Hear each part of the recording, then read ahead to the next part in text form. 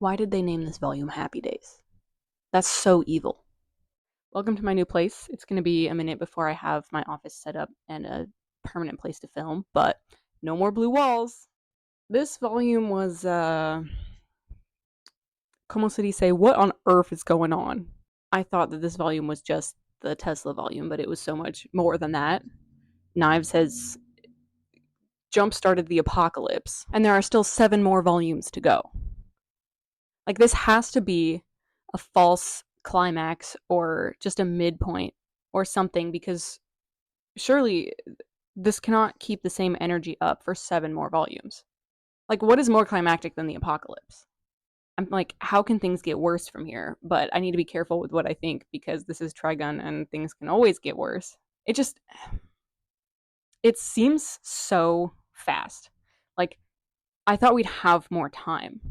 I don't know. If it's just nonstop, like for the next 7 volumes, I can't do this, dog. Like, this has to be a false climax. There's no way. Just feels so final though. But okay, why am I starting the video talking about the end of the volume? Good question. Let's start at the beginning.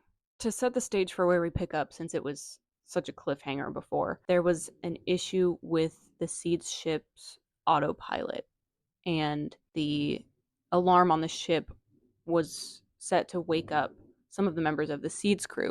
Rem sees this happening and sends the boys to go hide in their rooms so no one sees them. And she tells them, even if you hear voices outside, don't come out, whatever you do. And Knives doesn't really get it, but Vash tells him that Rem is probably just being extra careful about them meeting other people. And that seems to reassure Knives, and he kind of stops worrying about Rem's reasons and instead just thinks, well, if anything happens to the ships, there won't be any meeting of other people. There's 5 crew members that come out of their pods. Among them is a woman who seems close with Rem, and also Dr. Conrad. It's been about 3 years since they've been up last, and I understand for the plot why Rem needs to be the only one awake for years at a time, but logically it just makes no sense to have just one person responsible for the lives of thousands or even millions of people and plants. Like, what if she'd had some accident and got injured or died or something, and there was no one there to run things or to wake up the crew members when it was time? Realistically, you would need a buddy system. It is a minor nitpick, but I do feel like you could alter the story just slightly so that there's 2 people awake on the ship. I guess then you would lose the impact of Rem being the only person that the boys ever knew, but you still could have that impactful relationship with 2 people.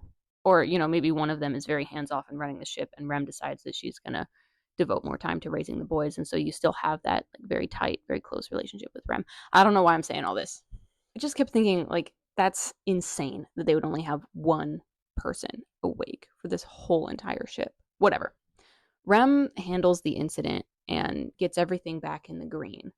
The crew didn't even really have to do anything. But they debrief before going back to sleep. And one of the crew members notices that the error that occurred with the autopilot isn't something that could have happened on its own.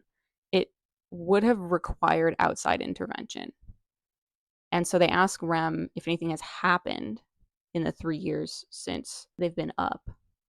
And she assures them that nothing has happened, nothing has gone wrong. But Conrad doesn't look super convinced, but I don't know if Rem catches on to that. So they all get back in their pods and go to sleep. And the instant the pods close, Knives is in huge trouble.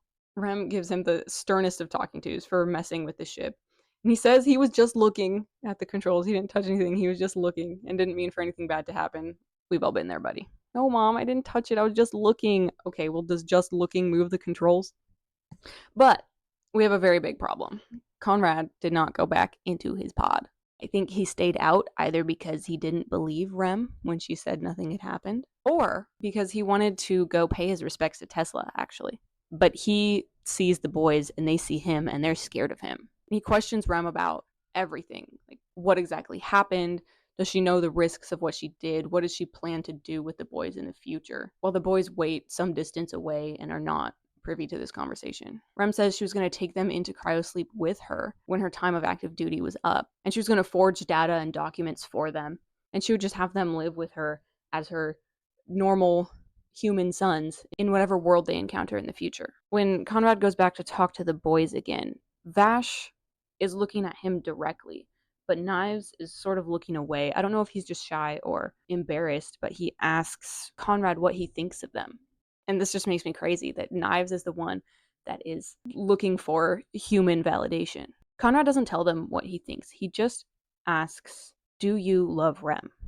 And they both answer yes, very emphatically. And that's really the only panel in this scene where Vash makes a significant facial expression. Knives is all over the place, scared and then embarrassed and then crying, but Vash, as usual, is very, very neutral. Conrad seems to be satisfied with their answer, and he says, if you can love someone with all your heart, then everything will be all right. And Knives just starts bawling, like big, fat Studio Ghibli tears, because even though he got them in trouble and he caused all of this, everything turned out okay, and he still got to meet another person, and it went well, and that person was kind to them.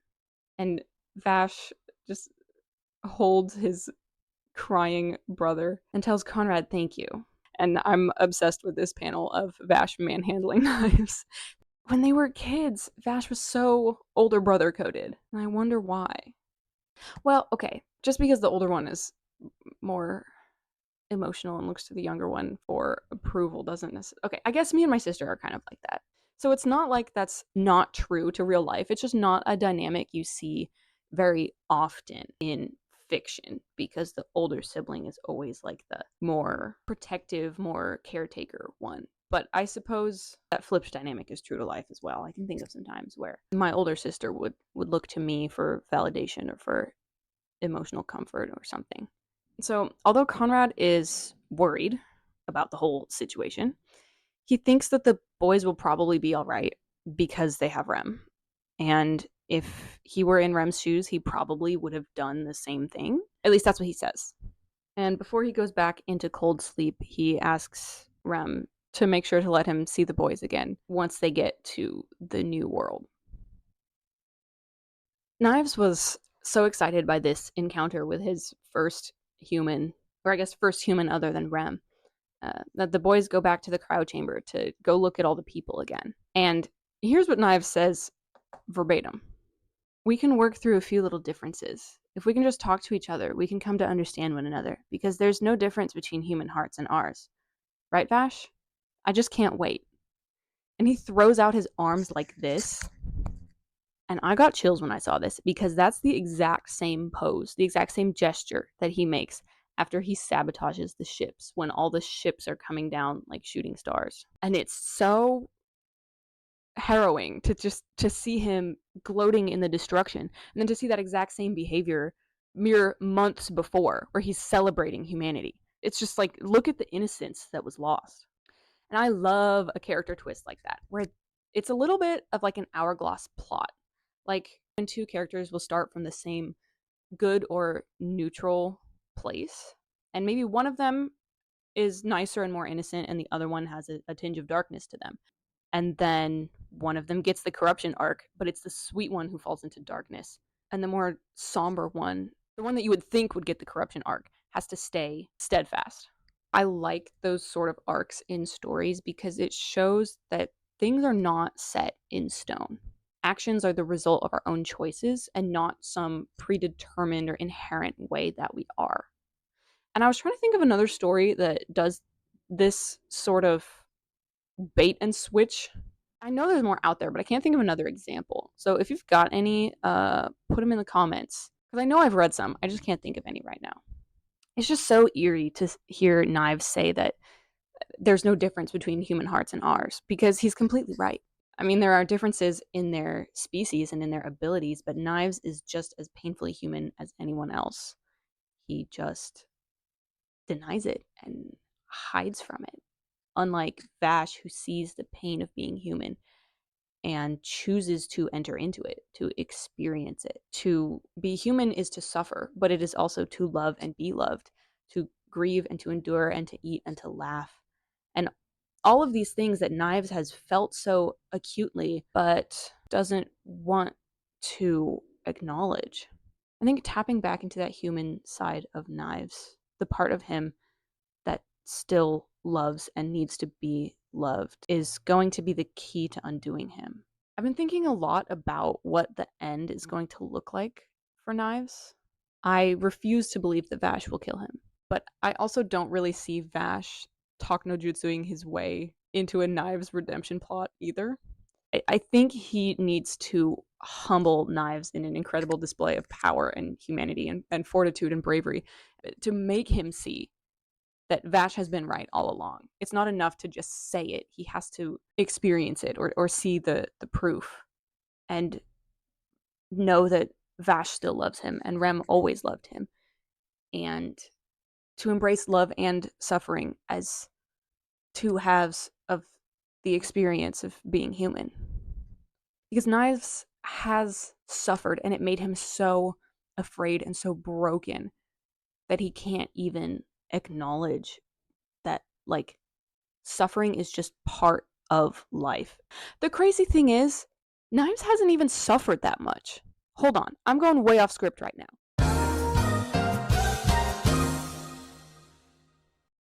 Well, that sucks. I just lost like 20 minutes of recording because I didn't realize that my mic had died. But that's okay because thinking about Rem and Vash and then thinking about my dad made me cry on camera. And I'm actually so glad that my mic died for that part and that you guys don't get to see it. All right, let's run it back. So, I was going off script talking about how Knives isn't even a real sufferer. The bad stuff happened to Tesla and to Vash and to their sister plants. Like, Knives talks such a big game about how much they've all suffered, but he hasn't done any of the suffering. Unfortunately, I don't remember exactly what I said in that part. If I can remember, maybe I'll do a voiceover, but for now, we're just going to move on to the next section. In the cold sleep chamber, the boys see an apparition of a girl who looks about their age, and they follow her through corridors and rooms until they reach a part of the ship that they've never seen before. A medical unit that can function completely separately from the rest of the ship, and inside of it, there's a fresh flower in a vase. I think Conrad put it there. I mean, it had to be either him or Rem, but I think it was him. Knives goes straight to the computer to try to see what's up, but everything is encrypted. Vash notices that the room is unusually clean, as if someone has been there recently. Knives gets past the encryption and finds a report labeled with the name Tesla. And the picture attached to the report is that very same girl who led them here. A girl who was just like them, born from a plant, but so unlike them, because when she was born, she was not fortunate enough to be loved. And they read her report in full. At first, the crew just observed her, and it turned into tests and scans. And the scientist, whoever was writing this report, grows this morbid, detached, clinical fascination with her and refers to her as the subject. By day 13, she was aware of the people observing her. By day 92, she was completely fluent in human speech. And the scans evolve into surgeries and then full-blown dissections. On day 100, the research team argues about ethics. It took them 100 days for someone to start raising questions about what they were doing to this poor girl. On day 110, Tesla developed tumors. And by day 170, she was no longer able to regenerate and repair her body.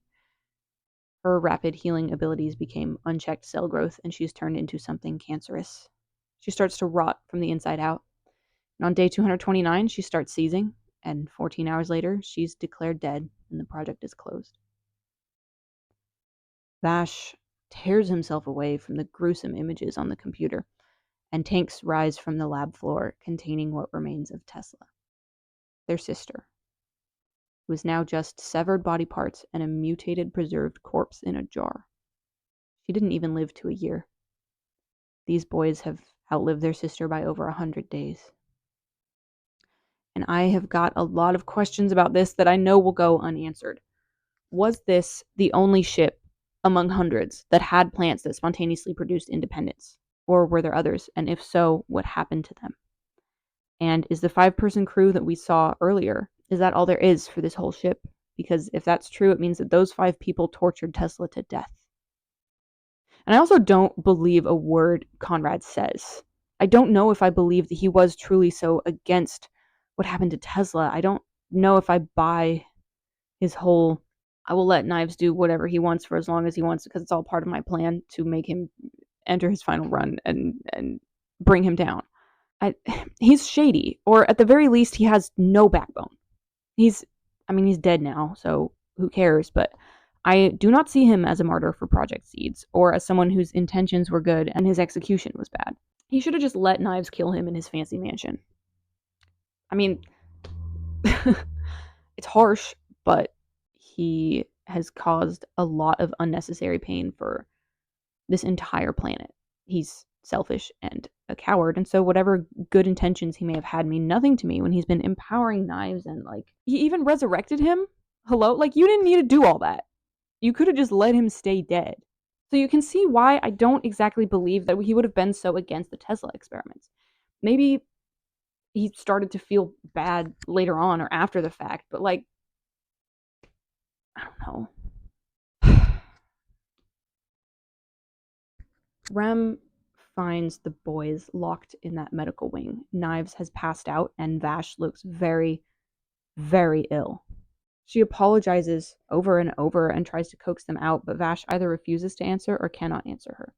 And the phrasing of Vash's thoughts is kind of ambiguous, but he either wishes he could have passed out like Knives or wishes that he could kill himself. And he starts to break down, remembering Knives' cheerful words just hours or minutes before about how there's no difference between them and humans. And he spirals. He and Knives are not human, and humans could never see them as one of their own. It's Vash and Knives against all the world, and he feels like he's being watched by thousands of disembodied eyes. And Rem finally cuts through the blast door and reaches the boys and carries them out. And after this, Vash refuses to eat. I don't know for how long, but it seems like a long time. Long enough that Rem thinks he might actually die. He hates her. It only makes sense to him that Rem would be part of a plot, that he and Knives have been kept alive for 1 year, long enough to reach the approximate age that Tesla was when she died, so that the team can carry on their experiments. Vash and Rem dissolve into a shouting match, and she says she would never agree to that. And he says, how can you prove it? She tells him that if she could go back and do it over, she would protect Tesla by any means necessary. And Vash interrupts her to say, kill me. Because even if he could believe that Rem would protect them, he sees no way out. She's just one woman, and there's a whole world of people out there, and to be killed by Rem would be a more merciful fate than a slow death as a lab rat. He says there's nothing but humans out here, and Rem gets this stern look on her face and says, that's right. That's the way it is now, and that's the way it's going to be. You need to live with it. Vash and Rem enter a days-long standoff where she brings him food and sits and watches as he lies in bed and refuses to eat. He looks absolutely horrible. If she won't kill him, he'll do it himself. Until one day, Rem brings a peach into his room, and she says, I have a treat for you, and you're going to eat today. And she sits next to him and starts cutting the peach, and Vash lunges for the knife and tries to plunge it into his own throat, but Rem's mom reflexes are insane, and she catches it by the blade before he can do anything to himself. Her blood drips onto his face, and he looks at her like a wild animal, and she says, okay, that's what you're gonna do? You're gonna just throw yourself away like that? She's so composed and no nonsense with him. I'm just amazed at how well she handles this. She does not blame him for anything, nor does she baby him. She just says, you're gonna live, and I'm gonna make sure that you live. And this is the world that you have to live in, so you have to make peace with it. And in contrast to Rem's calm demeanor, Vash has been getting more and more panicked, and he manages to rip the knife out of her hand and stab her in the side. She falls down, and for a moment, he feels relief and a sadistic sense of pride. And he tells himself he won't even shed a single tear for her. But that lasts maybe 5 seconds before the regret and the fear take over when the adrenaline starts to wear off and he looks at his bloodstained hands and her slumped body on the floor and his vision starts to blur. He realizes just what he's done and he starts to cry. He falls to his knees beside her and starts to wail and shake her body. He's just a little kid. It's just so sad. Somehow he gets her to the hospital wing and gets her fixed up. And when she opens her eyes, she can see Vash across the room watching her while he eats. Looks like he's eating a little applesauce pouch. It's like a mirror version of their standoff before, except neither of them are looking at each other with anger. Vash has finally done what she's asked of him and eaten something. And he ate of his own volition. When she sees that he's okay and that he's eating, she smiles at him. And she tells him a story. When she still lived on Earth, she had this dream in the midst of her depression after Alex died. She dreamed that she was on a train in the pouring rain, and someone came by to check her ticket, and when she pulled it out, the destination was blank. But the man punched her ticket like nothing was wrong and went on his way. And instead of feeling confused, she felt relief. She could go anywhere in the world that she wanted. She could go anywhere in the universe. She could get out of the rain and go see the ocean and go see the forests after that and the deserts after that and somewhere else after that. And her blank ticket led her to voyage off-world among the stars. She says to her son, Vash, you can go anywhere. Even though you're in darkness now, the ticket in your hand is just waiting to be filled in. You still have so much to live for. And she starts to cry when she tells him to never let go of this life that he has. There is so much to see and to do, and he still has a path that stretches out before him. And she wants to share it with him, for them to see the worlds together, to walk beside one another, to learn that humanity isn't worthless, that people can be kind, that life can still be beautiful even after tragedy. She loves him, and she wants to be part of his future. And Vash says, okay. I think I get it. But I don't know what a train is. And his way of apologizing and thanking Rem for everything is to tell her that he's glad that he got to see her cry, because when she cries, it looks like she's laughing. And I think Vash, as an adult, often looks like he's laughing when he cries too.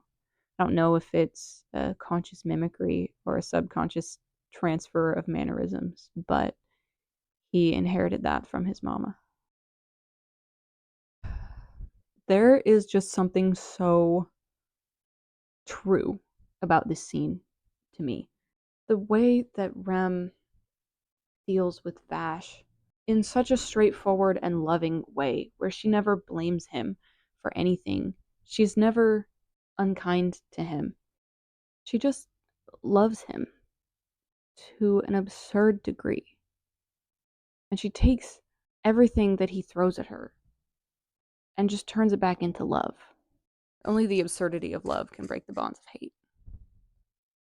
When I think about the people that I'm closest to, my dad and my oldest sister, and when I remember the biggest fights I've had with them, although those fights are always miserable and incredibly rare, the reconciliation never feels like a burden. We've always come back stronger. A relationship built on a weak foundation or built on conditional love will easily fracture under stress, but when a relationship is built on a foundation of truly unconditional love, it's like a bone, and the breaks heal stronger. Knives wakes up, finally. And I don't know what the timeline of this chapter is like, but it seems like it's been several days. So I'm worried for him. I hope that he wasn't in a coma for several days. But he wakes up and sees his family across the room. And Vash runs to him. He seems fine. He's able to get up and seems like his usual happy self. And he even asks if there's anything for him to eat. And he claims he doesn't remember what happened. But I don't believe him. And I don't know if Vash and Rem do either. Rem then sits the boys down and tells them everything. How, out of everyone in the whole crew, only she and Conrad had fought for Tesla.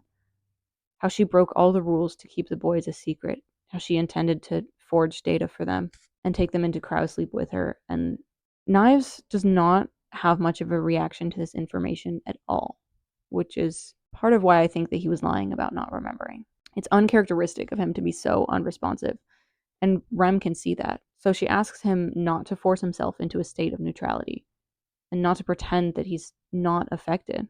He admits that he's kind of in shock, but he knows that they still have to go on together. And he starts to cry. And Rem holds him tight and tells him she'll do whatever it takes to make sure nothing like this ever happens again. After a moment in this embrace, Knives pushes himself away from her. I think you can tell he's unwell and putting on a front. This is kind of the start of his cold persona, where he acts like he's above it all, but is secretly crazy inside. He walks away, and Vash follows, and once they're alone, Knives has this steely look on his face. And Vash knows something is up, but Knives is standing in shadow, and we cannot see his face at all. Knives asks Vash if he's afraid. And it almost feels like a taunt. And then he sort of answers his own question and says it's pointless to be afraid. And it's ominous. It's not reassuring. I don't know what Vash takes Knives' words to mean. Maybe he thinks it's an attempt at reassurance, that he means that everything will be okay because they have Rem. Or maybe he senses something else and he sees that darkness within Knives. But Vash agrees that they should go on living. So they go on together. Life resumes as normal. They cook and play games and learn lessons from Rem and watch the people in the cryo chamber. And Knives seems back to his old self. And Vash seems to be maybe coming out of his shell a little bit, even though he still looks more tired and worn than he used to. But one night, Knives leaves his brother and his mother. They all share a bed, which I think is so cute. Knives leaves them and goes to the ship's computer. He bites his fingers until they bleed, and he smears the blood on his face. He cries. And it's so extra, and I think you could read this as an over-the-top I'm the Joker baby moment, but I don't think that this is meant to be a marker of insanity. I think he's making a pact with himself and swearing with his own blood to protect himself and his brother and do whatever it takes, just like Rem said. And there's a hard cut from this ghastly panel of Knives with blood and tears and sweat on his face into, boom, him spreading his arms to the sky as the ships rain down, boasting that he found a way to make the universe a little more beautiful. Vash is beside himself with hurt and rage at what his brother has done, that he's lied to him and Rem, and doomed all of humanity. Knives just dismisses Vash for not being rational. And Vash is like, this isn't rational, you're just afraid of humans. And that strikes a nerve with Knives. He actually kicks Vash in the face for that. And he insists he's completely rational and tries to justify his actions to Vash. 20 million dead, 60 million missing, an untraceable flight system error. All to protect the two of them. In the present day, Knives kneels before his sister plants in this beautifully composed, statuesque splash page. And he confesses that he has sinned. He acted impulsively when he caused the big fall, and many of the plants died because of it. But he says he's not afraid anymore. He's only angry. And he's going to finish the job he started. He reaches out to a plant and asks for her strength, and there's a burst of blinding light, and all these tentacles reach out of her, and she cracks through the bulb and fuses into Knives, giving him giant wings and an angel arm with multiple energy cores in it. And a beam of light rockets into space, visible for miles and miles around. And at that moment, the world entered an age of chaos. That chapter was called The King of Loneliness, which is a crazy title for a chapter about Knives. He is so desperately lonely, even though he's surrounded by all these plants and all these people so eager to serve him. He has ruined all his relationships with the people who truly love him and who love him in a way that he needs to be loved. He insists that he hates Rem, but I wonder what he would say to her if he could talk to her one last time. Halfway through the volume, we finally catch up with Vash and Wolfwood. Wolfwood is shooting rubber bands at Vash's face. Vash is completely unresponsive. Wolfwood's like, you look terrible. You look like you've been to 3 funerals back to back. You look like you're in hell. They get into a tussle, but then they hear gunshots from a nearby town, where there's an angry mob trying to hang a man. And they even say that they know that he's innocent, but for some reason they want to hang him anyway. And there's this big guy named Hancock standing underneath the hanged man to keep him from dropping. And he's declaring this man's innocence and refusing to move even when the mob threatens to shoot. Hancock would rather die alongside this innocent man trying to save him than escape with his own life and let the innocent man die alone. Maybe there is still some good in this world. Vash shoots out the rope of the noose before the mob can shoot, and the lynchers are so stunned that despite their bloodthirst, they stand down when Wolfwood coolly tells them not to mess with Vash. One of the guys in the crowd actually recognizes Vash from the incident in Volume 6 when he stopped the bullet with his feathers. And he tells everyone about it, and so Vash's reputation alone is enough to send these guys away without a fight. Hancock and the hanged man take Vash to a saloon to thank him for saving them. Wolfwood loiters by the door.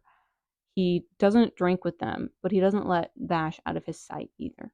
The hanged man, he's never given a name, so I'm just going to keep calling him the hanged man, even though he didn't get hanged. The hanged man has heard of Vash, and after what he saw today, he says that he believes all the tall tales that he's ever heard. And Vash says it's all true.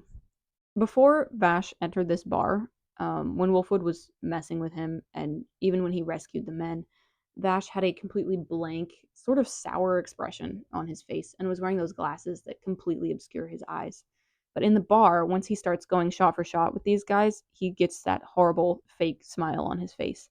And I can't really articulate to you the difference between his fake smile and his real one, but like when you look at it, you can tell. Like this one's fake, this one's real.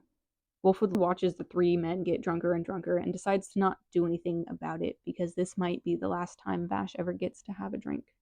The granny at the bar strikes up a conversation with Wolfwood. She's friends with those other guys, and she says that the hanged man had tried to wash his hands of his past, but just keeps coming back to haunt him. And that sounds a lot like Vash to me, and I bet it sounds a lot like Vash to Wolfwood. The granny says she helps these dregs of society as best she can by supplying alcohol and providing a place for them to have a good time and to forget. She says dregs or not, they're alive even if they're suffering. That's why they need a place like this. And that actually makes Wolfwood smile. Barkeeper Bachan turns on the radio, and Wolfwood accepts her offer to drink. After plenty of shots, Vash and the two men are sufficiently wasted, and Vash has told them, like, everything. And they're just kind of like, man.jpg. And the hanged man offers Vash some advice. This advice could be very kind, or it could be very callous, depending on the way that you see it. He says, you feel like you're being crushed by remorse? Everyone feels that way. There isn't anyone who hasn't wanted to escape from it all. People will forget about you in time. Time is what will save you. You'll end up alone, but you've always been alone. And for times like that, there's music and booze. Don't expect too much. You were born into the world with nothing, and you'll leave it with nothing. So you're not owed anything in the in-between. I think he's right to say that time might be the only thing that can heal Vash. Well, not heal him, but at least ease his pain. And sure, he's correct that you're born with nothing and die with nothing, and you're not owed anything in between, but that doesn't mean that the in-between can't be full of beauty and meaning. It doesn't have to just be booze and music. And yes, Vash is lonely, but he's not alone. His existence is lonely, and there are things that he must bear alone, but he's never been alone. Not like Knives is. Vash's life has been one of many bitter partings and goodbyes, but even though he knows he'll lose everyone eventually, he loves too deeply to ever be alone. He can't help it. Losing people is not something that's unique to Vash. Everyone you love will die, but that doesn't mean that you're alone. And that doesn't mean that it's not worth falling in deep, deep love with life and with the people that you've been given. And people out there still love him, and I think someday he will find his way back to the girls or to Ship 3 or to Lena and Granny, and he will not be so alone for the time. And then the radio cuts out. And I know what that means. And Vash knows what that means.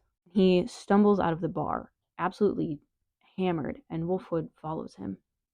He's drunk enough that his control is slipping, and there's feathers and a miniature wing sprouting from the back of his neck. He tries to cover it up, but Wolfwood sees it. And they have this inscrutable interaction. I mulled this page over in my mind for weeks, and I still feel no closer to having like a good grasp on what I think it means. I'll read it, and then I'll tell you what I think, and then I want to hear what you think. Vash says, Wolfwood, you really are my guide, right?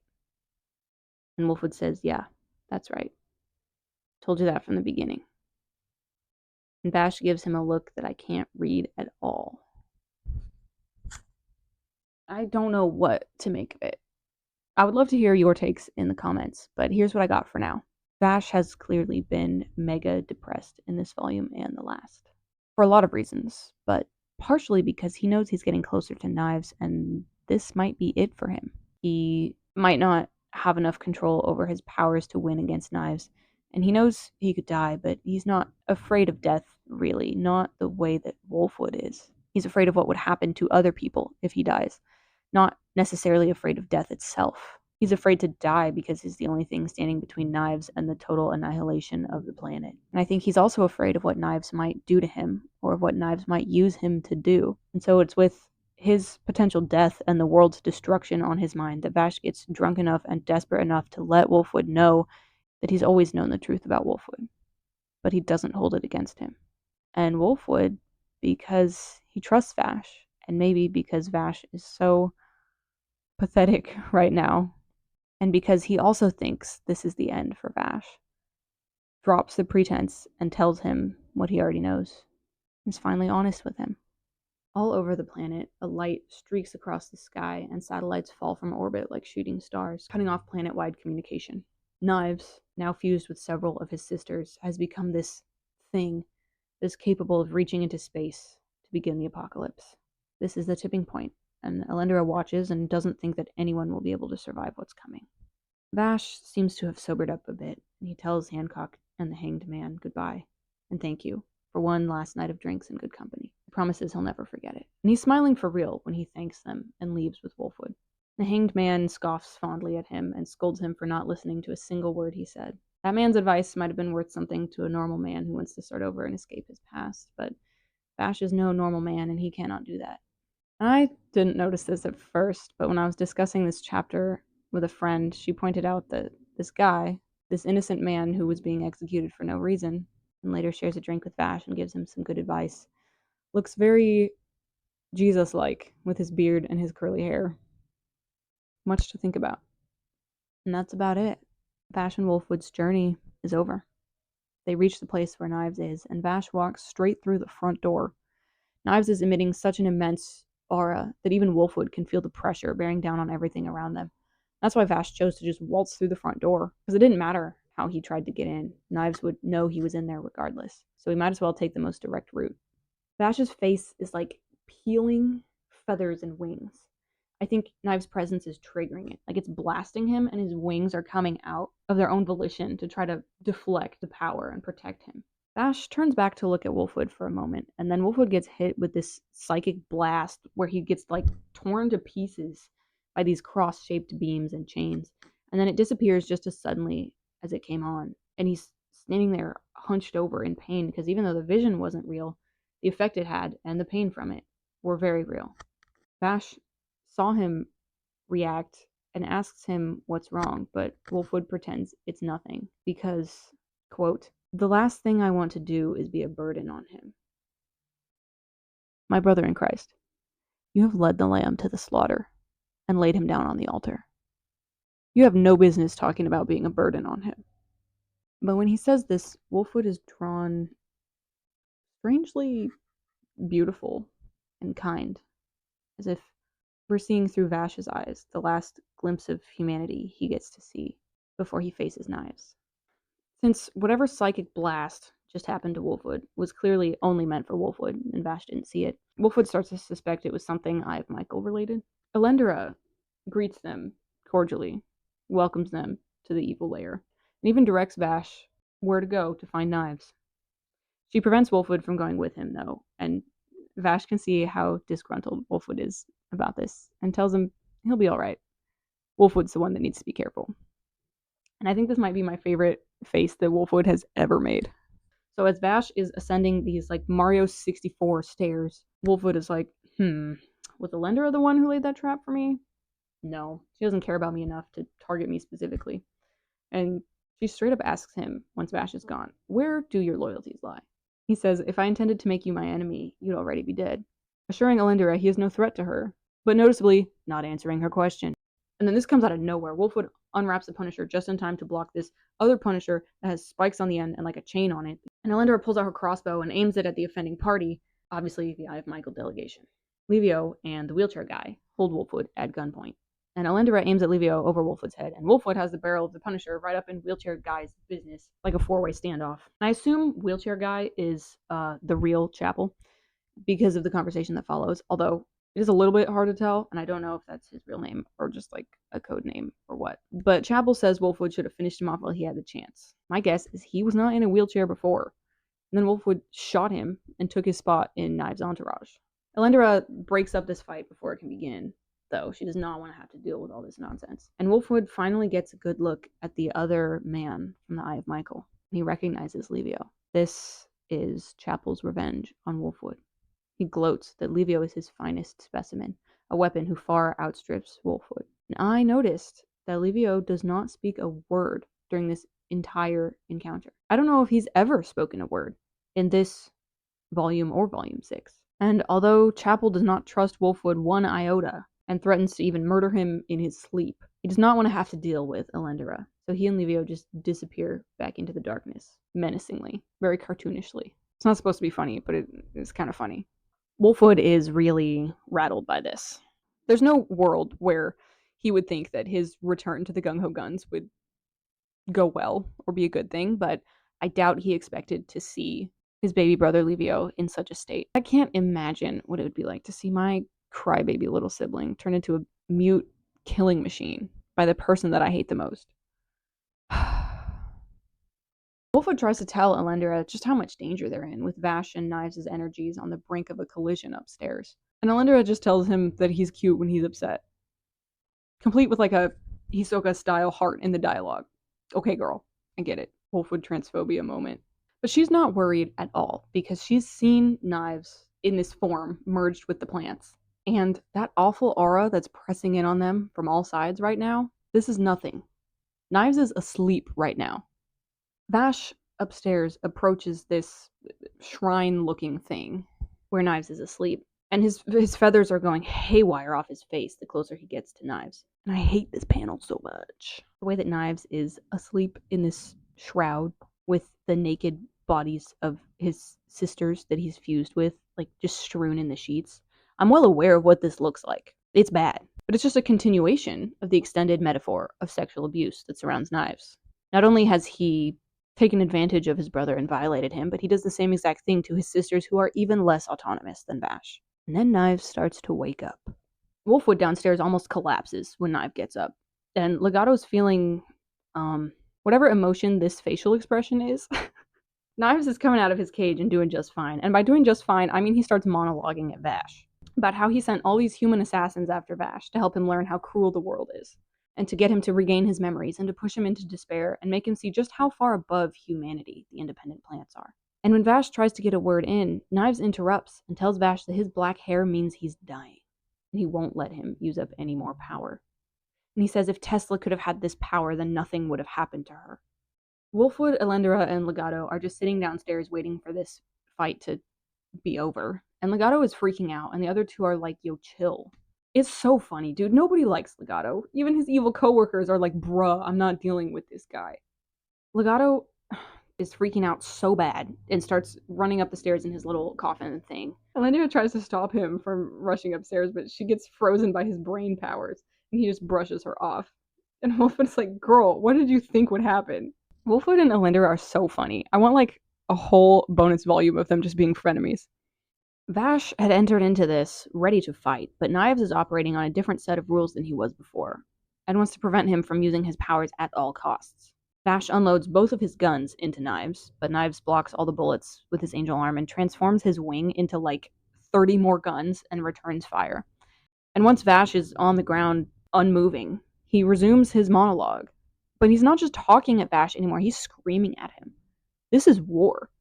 Humanity will forever hate us, and they'll never stop wanting to kill us because of our power, because of who we are. because we're a threat and they're afraid and they kill what they're afraid of. Knives, baby. The projection is insane. What he's saying about humans may be true, but it's equally as true for himself. And Vash stands up, dripping blood everywhere, and he tells Knives to run away with him. If they run away together, they can wait until things die down and then go on quietly living alongside humans in peace. Knives is just incredulous. We get that classic line, "It's been over a century and this is all you've learned?" Where's the Knives gets trolled image? I think it's interesting that Stampede took that conversation between Vash and Knives, where Vash says, "Let's run away." Because the way it's framed in Stampede, it seems like much more of a non-answer. I think because it comes so early in the story, it seems more like Vash is like, "I don't have an answer, but this is what I've got for now." Whereas in Trigun Maximum, it's not Vash saying like, "Here's what I'll do to protect myself." He's like asking Knives to join him in this. He's asking Knives to run away with him. It's something they could do. It's, in some ways, it seems maybe like something that Knives would want for just the two of them to go somewhere where there are no humans and just escape. It just feels like a much more reasonable thing for Vash to say in the manga because of the context around it, because it's coming from a much more mature Vash. And this is no shade to Stampede. I think it's one of the best moments in Stampede, and it works so well for that like sort of younger version of Vash that they went with because it's a prequel.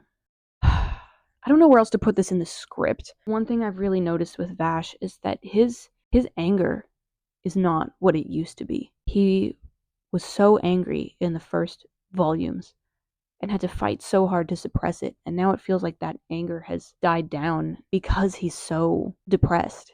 Even at the end of the volume when he confronts Knives, there's an anger there, but it's not the barely suppressed rage that we saw in like Trimax Volume 1. He's just tired. Knives tries to entrap Vash in his wings again, but Vash has attached his arm gun to one of the tubes that sits at his waist on his coat, and it supplies a fresh hail of bullets that fends off Knives. It's so freaking cool, and it gets better, okay? The tubes on the other side hold rounds for his revolver, and while he's still using the machine gun with his mechanical arm, he plugs the other tube into the cylinder of his revolver, and it puts in all 6 rounds at once, which lets him reload in an instant one-handed. That's so cool. I always thought those tubes were for thermoregulation, or perhaps just for the swag factor. I never would have predicted that, but I love seeing the practical use for all the crazy features of his costume design. During a lull in their fight, Vash tells Knives that while he can't do anything about his past regrets, he can still do something now. And his own sorrow becomes easier to bear when he's helped someone else ease their own pain. That's why he can't let Knives just do whatever he wants. And he starts to form his angel arm to fight back with more than just bullets. And this makes Knives freak out and stab him through the arm, pinning him back down to the ground. Knives is at the end of his rope. He can't understand why nothing he says or does ever gets through to Vash, and he's ready to give up on him. He is done trying to change Vash's mind. He starts to try to absorb Vash into him from the same way that he absorbed their sisters, from the spot where his knife wing is plunged through his arm. Legato gets up the stairs just in time to see this, and he's absolutely losing it. This is purely my own speculation. This is not in the text.